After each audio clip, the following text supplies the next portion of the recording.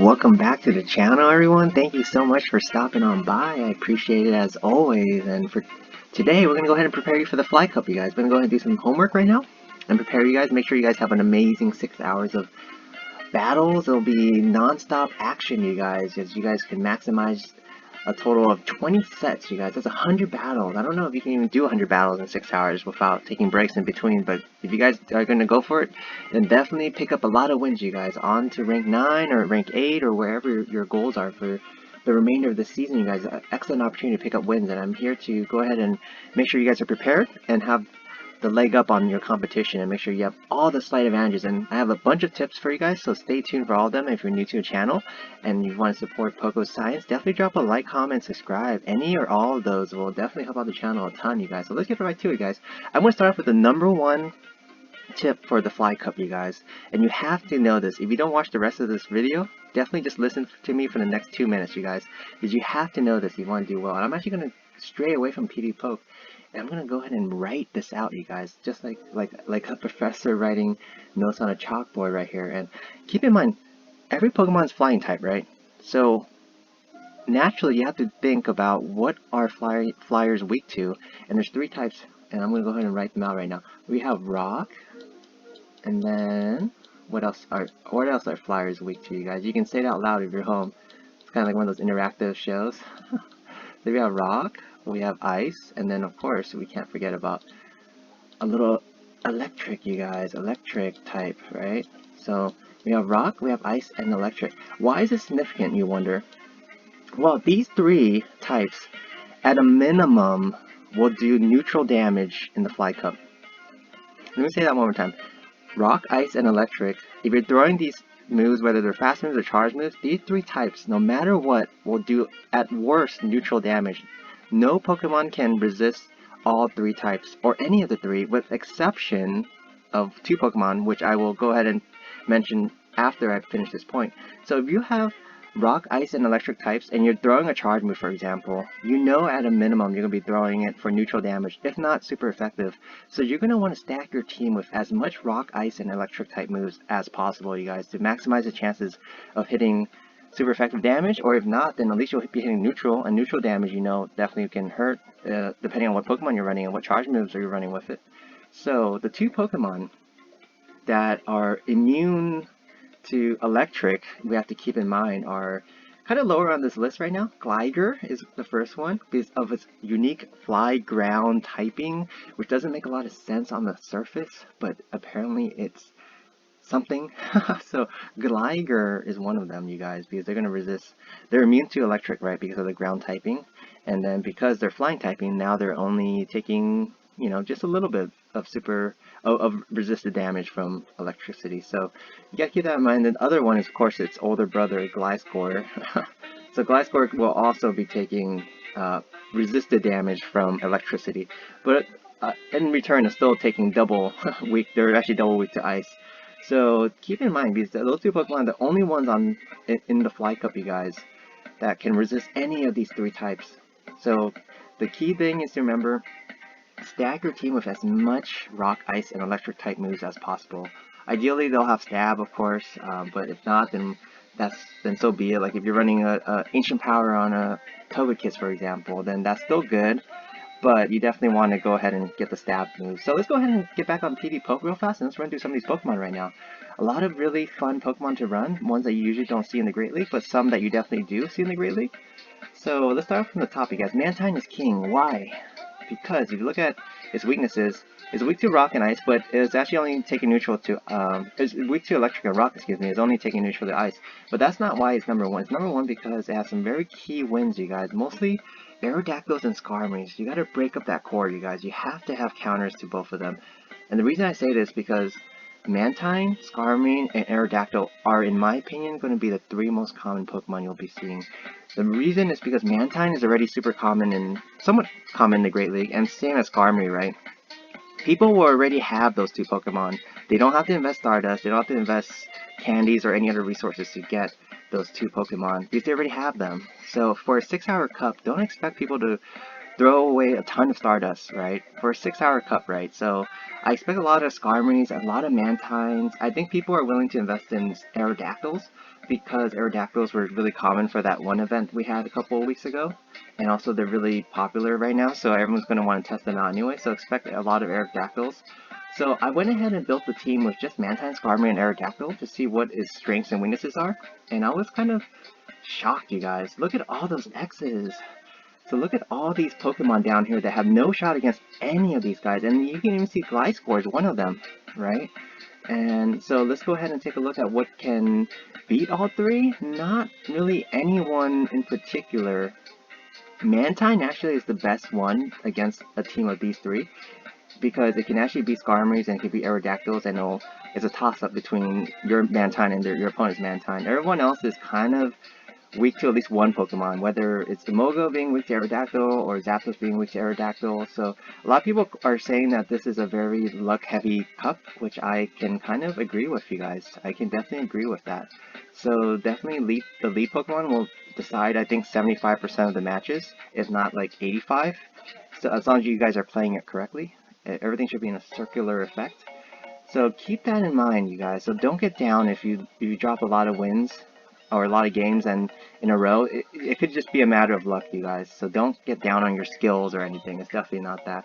So I think so we've talked about Mantine, we talked about Aerodactyl, and we talked about Skarmory. One thing I want to know about Skarmory though is that unlike the Great League one, this one will be running Steel Wing, and it's definitely a move, the fast move I would recommend, because there's so many Pokemon, especially in this Fly Cup meta, that will be resisting flying type moves like Emolga, Aerodactyl, Zapdos, other opposing Skarmories. Any Pokemon that's Rock or Electric or Steel will be resisting flying type moves. So definitely try to avoid having flying type moves if possible in your moveset. That's what I would recommend. And Skarmory, another thing I would kind of want to dive into is currently PvPoke is recommending Brave Bird and Sky Attack. I mean, Brave Bird of course is a very heavy hitting move even when it's resisted, but I actually kind of want to test out Flash Cannon for you guys perhaps in one of my videos. Steel Wing and Flash Cannon will be nice because all the Aerodactyls you'll see, because Aerodactyls being the rock type will be weak to the steel as well. So I kind of want to test it out for you guys, so stay tuned and check out that video if I do make it. So let's see what else we have, you guys. One thing I want to go ahead and also mention to you guys is that do not stray away from the meta. This is probably the smallest meta I have seen in any of the cups. I would say, like, anything outside of Articuno right here in number 13, you are pretty much pushing your luck. And I mean that very seriously, because if you go outside of Articuno, I just want to go ahead and just pick some random Pokemon, like Dragonite, right? Dragonite's a pretty strong Pokemon, but look at, okay, it beats Emolga, okay, that's pretty nice, but who else does it beat? Beautifly, Drifloon, Honchkrow, Ninjask. Like, you won't see many of those guys, right? And then look at the key losses. It's all the meta Pokemon. Zapdos, Skarmory, Aerodactyl, Mantine. And we're just talking about a Pokemon that's ranked 19 right now. That's not even that far, you guys, from the 13 that I was just mentioning, right? So do not stray too far from the meta. As you see, even Gligar, like, Gligar, okay, it can beat Aerodactyl and Zapdos and Emolga, but it's going to lose to a lot of other meta Pokemon too, like Articuno, the Zapdos Shadow form. You gotta be wary about that. Mantine, Skarmory. So there's a lot of Pokemon down here that you definitely do not want to stray too far from. Definitely, like, you take a look at Charizard, for example. Okay, because you're thinking, oh, a lot of Skarmories, right? A lot of Articunos. But then you're also going to be taking a lot of damage from Aerodactyls, right? Because of the rock throws. You'll be double weak to rock. So, and then once again, I want to mention, like, the weaknesses of all the Pokemon, you guys. And that's another thing I want to go back to Skarmory. And I know I'm harping on Skarmory a lot because I think Skarmory could be the MVP of this league, you guys. It's weak to electricity. Single weakness, I should mention that. It's weak to fire, which is fine. You won't see a lot of fire types. But then that's it.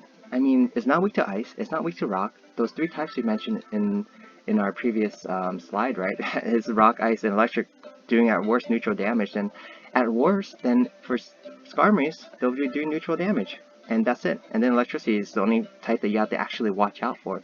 And then in the meantime, you still have all these other nice 10 other resistances in case your opponent's throwing something else at you. So it's going to be pretty darn good, you guys. So I think Skarmory, to me, will be the tank of the Fly Cup, It'll essentially be your Azumarill, it'll be your Snorlax, so definitely it'll be almost like a Giratina for the Fly Cup. It'll do a decent amount of damage, and it'll wall a lot of different Pokemons.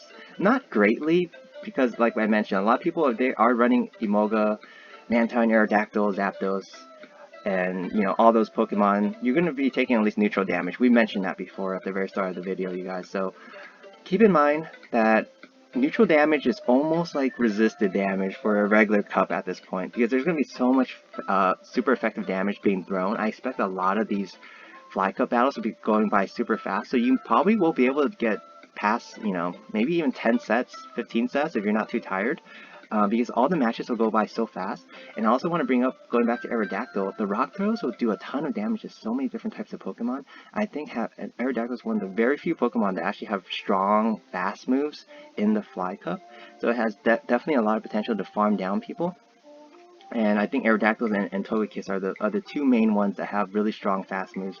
So keep that in mind if you have a team that you just want to annihilate people with and play quick matches, have as many wins as possible.